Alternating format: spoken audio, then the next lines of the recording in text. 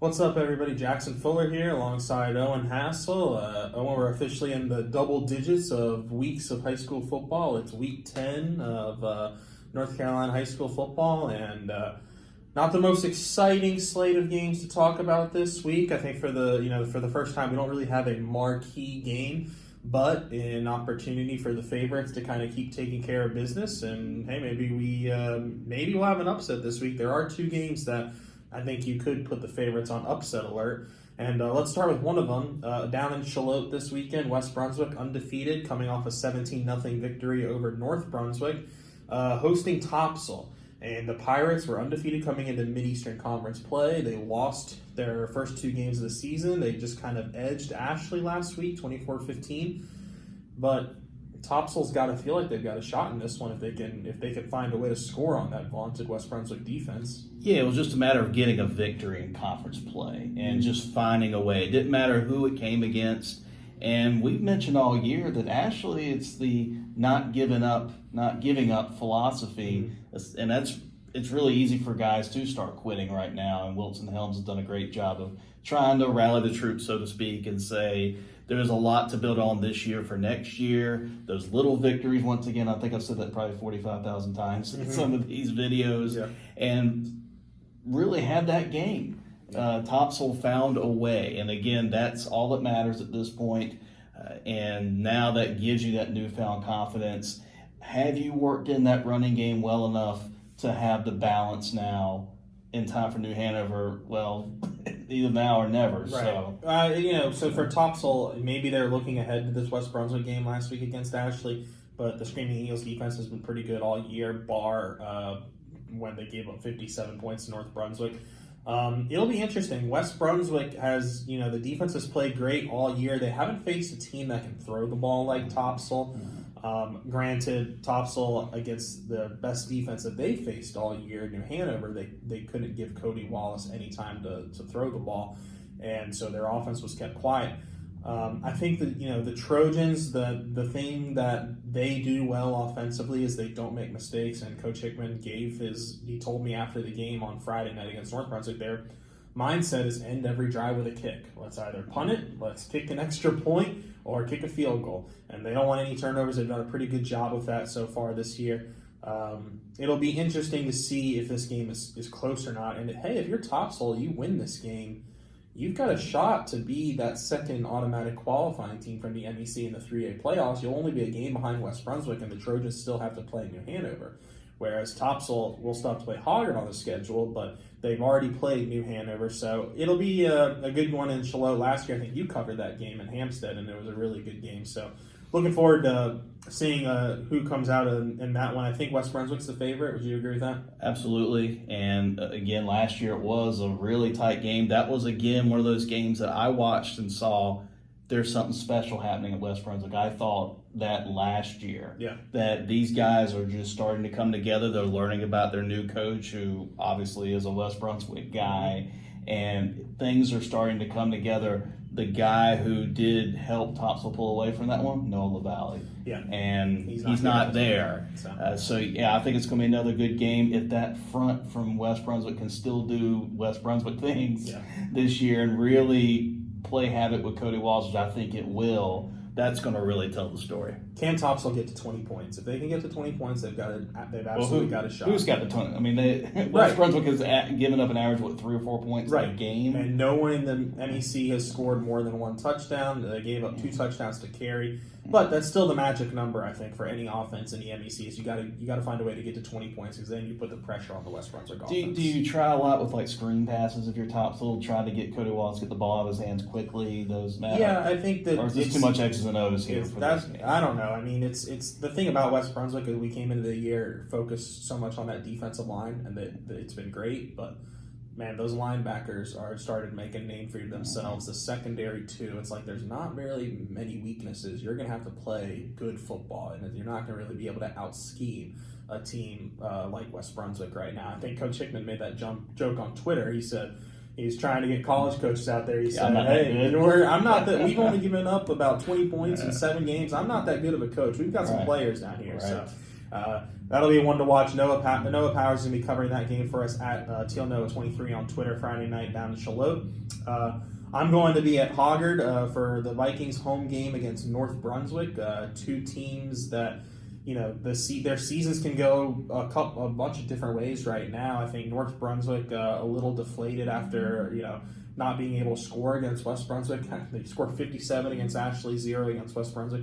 But they've got an opportunity here to come down to Wilmington, drive up to Wilmington and beat a Hoggard team that's not necessarily the Hoggard of old, but the Vikings, 28 points against Laney, maybe that offense is starting to find a little role. It could, and Hoggard scoring 28 points. Yeah, that's I can't state that enough. That's got to mean a lot to these guys that we can put points on the board. There's talent still here. Talent hasn't necessarily left Hoggard. No.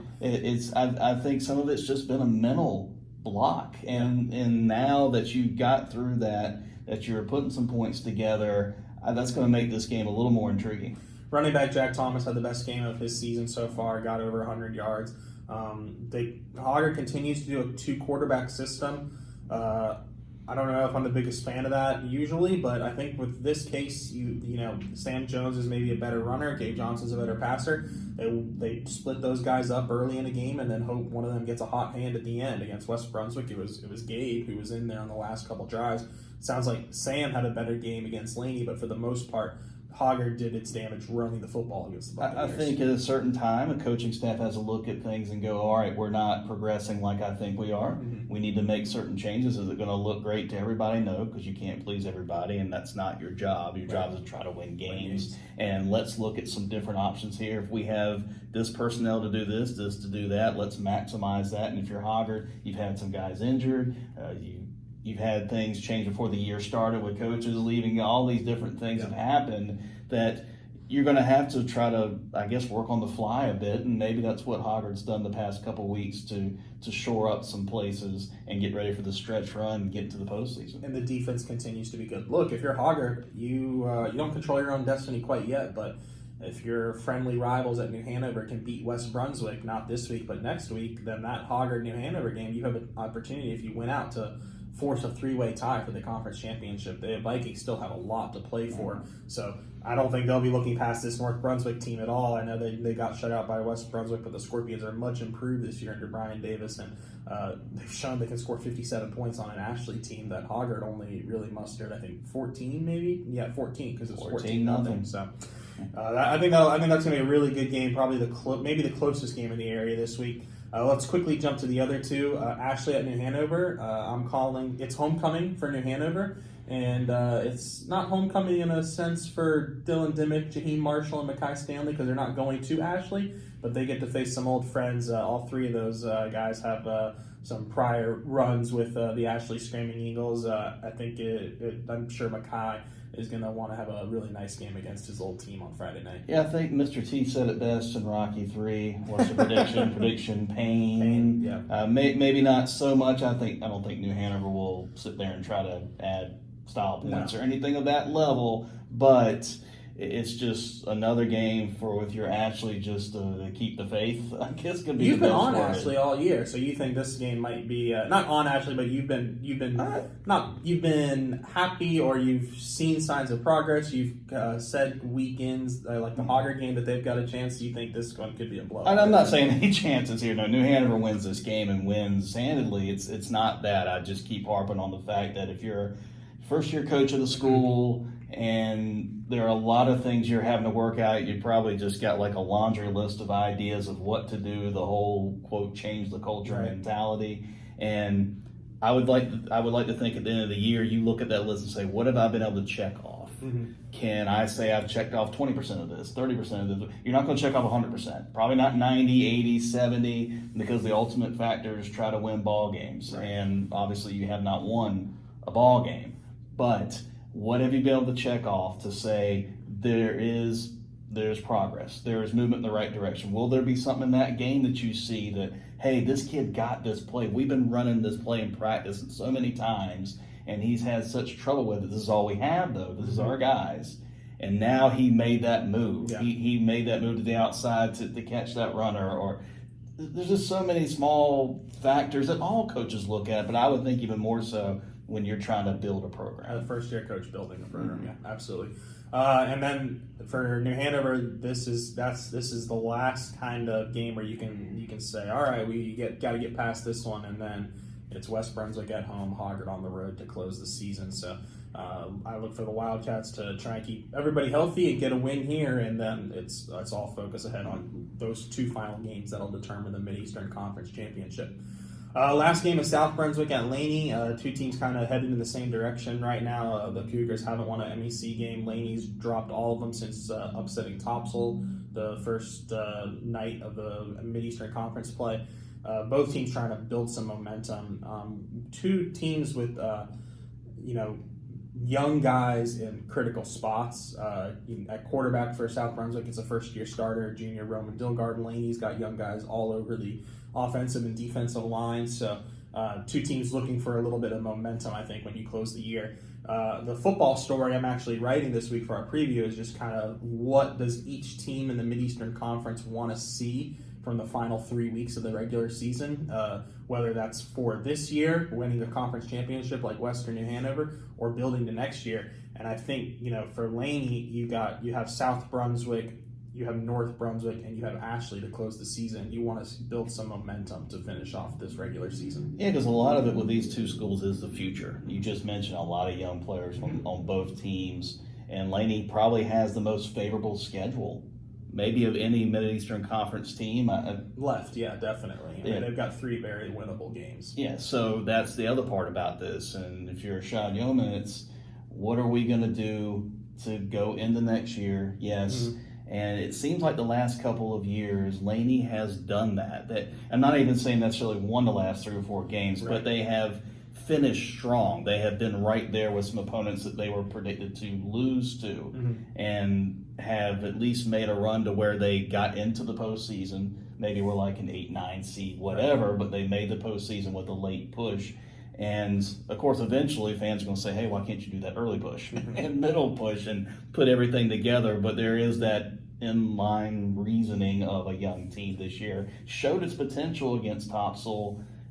I think that is the right move. If you're South Brunswick, too, another young team. But if you're Rocky Lewis, also, mm-hmm, you've been there a couple years. Yeah. You would like to think you've got some stability now, and every year you see that little bit of progression. We said it with Ashley, now South Brunswick, a little bit of progression. Mm-hmm. When is that big step forward going to happen for South Brunswick? Yeah, and I think for South Brunswick, they another year where they were 3-1 in the non-conference, coming into conference play with some confidence and not aspirations for a conference championship, but some hopes of doing things they haven't necessarily done in the MAC.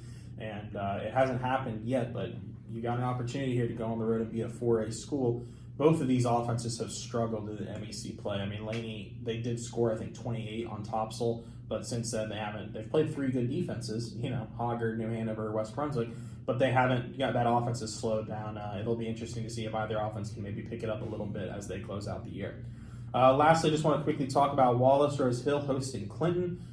Friday night, it looks like that is a de facto East Central Conference championship. We had Whiteville and Red Springs last week. Red Springs came into Whiteville and pulled off the upset, so we both said we thought Whiteville and Wallace Rose Hill were going to win their conferences. Whiteville's down. I think for Wallace Rose Hill, this is a type of game where you are thankful that you played teams like Wake Forest, Northside Jacksonville, Havelock in the non-conference. They're not going to, Clinton's a very talented team, and Wallace Rose Hill has already played a few teams that might be more talented. I think the Bulldogs of Cameron Dalrymple and Kanye Roberts should be favorites in this one, but who knows? I think, we were both wrong last week. We might be wrong again with the Bulldogs, but I think they've got to feel like they've got a great chance to go win this game, and then from there win the East Central Conference. Yeah, playing at home doesn't hurt. I mean, if you've ever been to a game at Legion, Philby, Overman Field. Alex Riley is great at this. If he's watching, he might put a comment in to all the names with the facility. But that's a tough place to play, and that always gives Wallace Rose Hill an advantage, win or lose. Mm-hmm. And I think that'll certainly factor into this one. And right now, Wallace Rose Hill is playing for a top 3 seed Yeah. in the 2A East. I don't see why that won't happen, barring obviously If they run the table, I think they Yes. will be. Yeah, definitely. So those are the games we're kind of keeping an eye on this week. Like I said, I think going through these games actually, I'm a little bit more excited than I was when we started this video. I think Topsail, West Brunswick, and North Brunswick-Cogger have potential, but it should be a fun close to the year. With I think after this week we've got 2 huge games, both of them involving New Hanover, that are going to determine who wins the conference championship. So. As always, thank you guys for watching. Follow along Twitter at Star News Varsity, Facebook.com/Star News Varsity, and StarNewsVarsity.com. We'll always have plenty of high school football coverage for you. And again, thanks for watching. Everybody have a great rest of your week.